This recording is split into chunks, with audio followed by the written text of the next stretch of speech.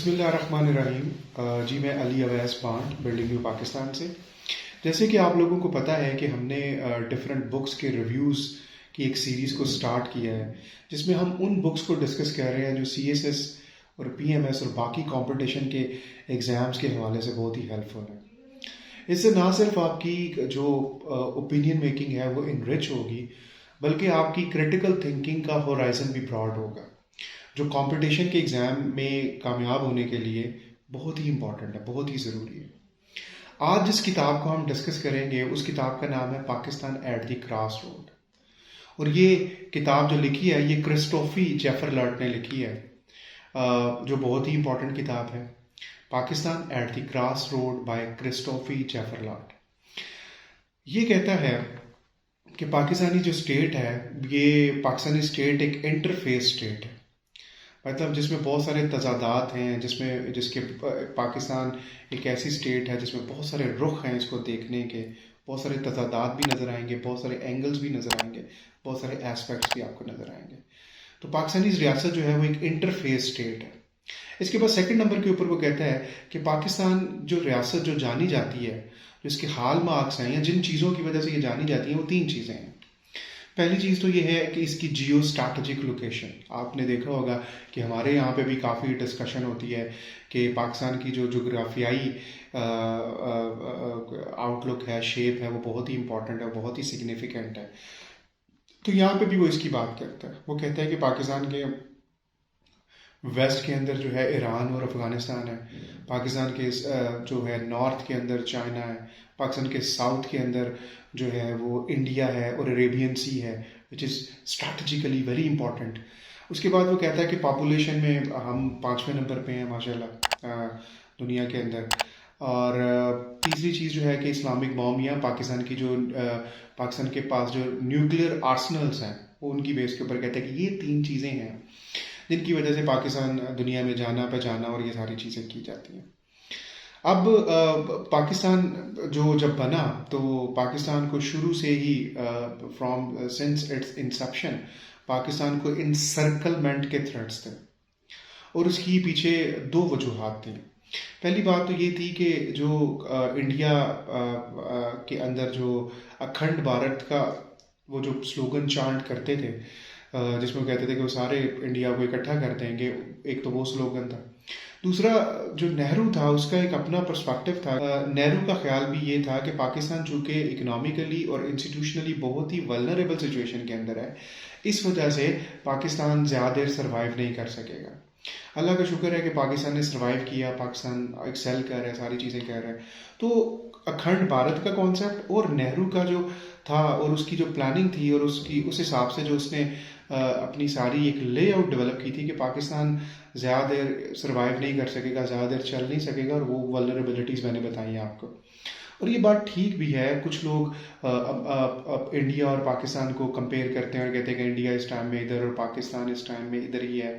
ये सारी डिस्कशन करते हैं, लेकिन एक ये बात ठीक है कि पाकिस्तान के पास पूरा मौका था कि पाकिस्तान अपने आप को ठीक कर सकता, ट्रैक पे ले आ सकता, सारी चीज़ें। लेकिन एक जो कंपैरिजन गलत करते हैं कि अगर हम उस टाइम के इंडिया को और उस टाइम के पाकिस्तान को कंपेयर करें तो इनकी आपस में कोई कंपैरिजन था ही नहीं, ना इंडस्ट्रियल कॉन्टेक्स्ट में, ना इकोनॉमिकली, ना सोशली, ना politically. India was far more mature and far more develop in this regard. और दूसरा जो फियर था पाकिस्तान को ये था कि जो इंसर्कलमेंट का फियर था वो अफगानिस्तान की तरफ से था, क्योंकि उस टाइम की जो गवर्नमेंट थी वो ड्यूरेंट लाइन जो 1898 के अंदर बनाई गई, वो उस ड्यूरेंट लाइन को नहीं मानते थे। तो और उन्होंने जब जो है यूनाइटेड नेशन के अंदर पाकिस्तान के खिलाफ भी वोट दिया 1947 के अंदर।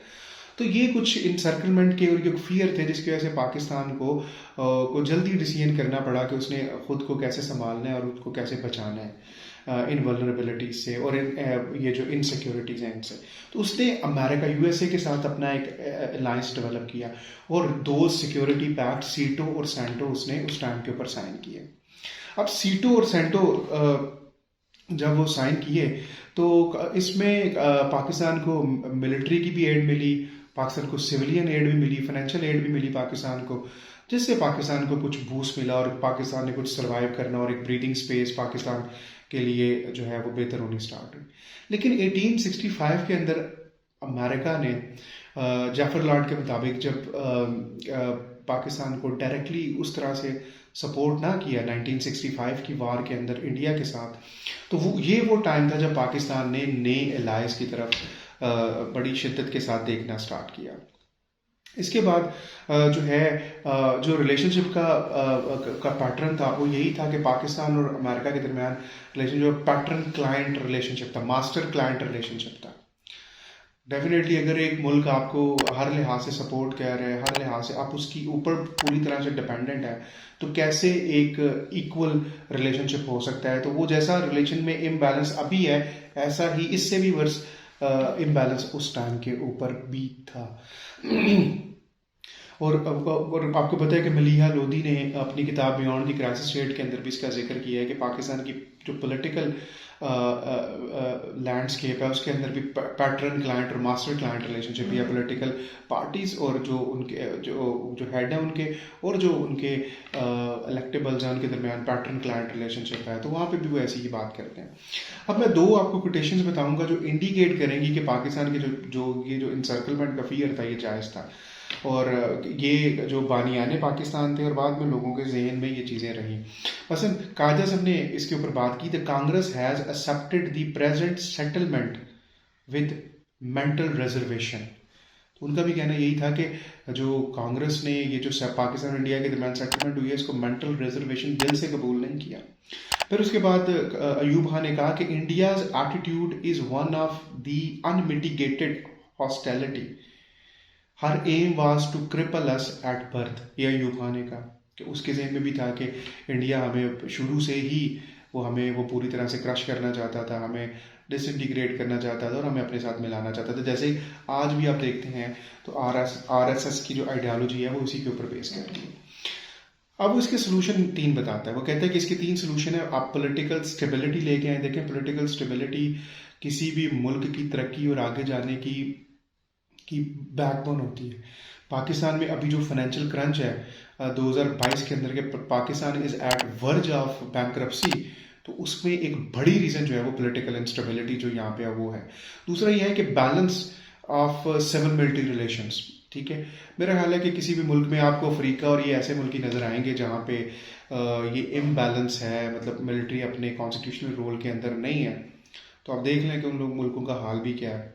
तो बैलेंस सिविल मिलिट्री रिलेशन, एक अच्छे रिलेशन इनका होना और मिलिट्री का अपने कॉन्स्टिट्यूशनल रोल के अंदर रहना बहुत ज़रूरी है। और तीसरी चीज़ ये है इंक्लूसिव स्टेट इंस्टीट्यूशंस।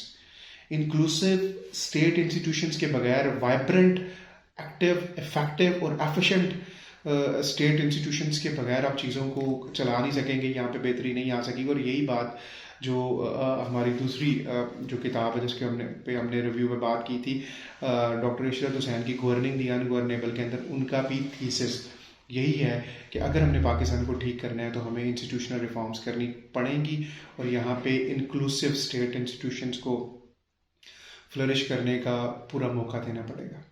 तो ये थी आज की जो किताब Pakistan at the crossroad by जो लिखी थी क्रिस्टोफी जाफरलॉट ने, उसके ऊपर हम लोगों ने बात की। अगर आप मज़ीद इस तरह की इंफॉर्मेटिव वीडियोस को सुनना चाहते हैं और आप मज़ीद बुक के रिव्यूज़ को देखना चाहते हैं, तो अगर आप इस चैनल के ऊपर न्यू हैं तो बिल्डिंग न्यू पाकिस्तान को ज़रूर सब्सक्राइब करें। आपके टाइम का बहुत शुक्रिया।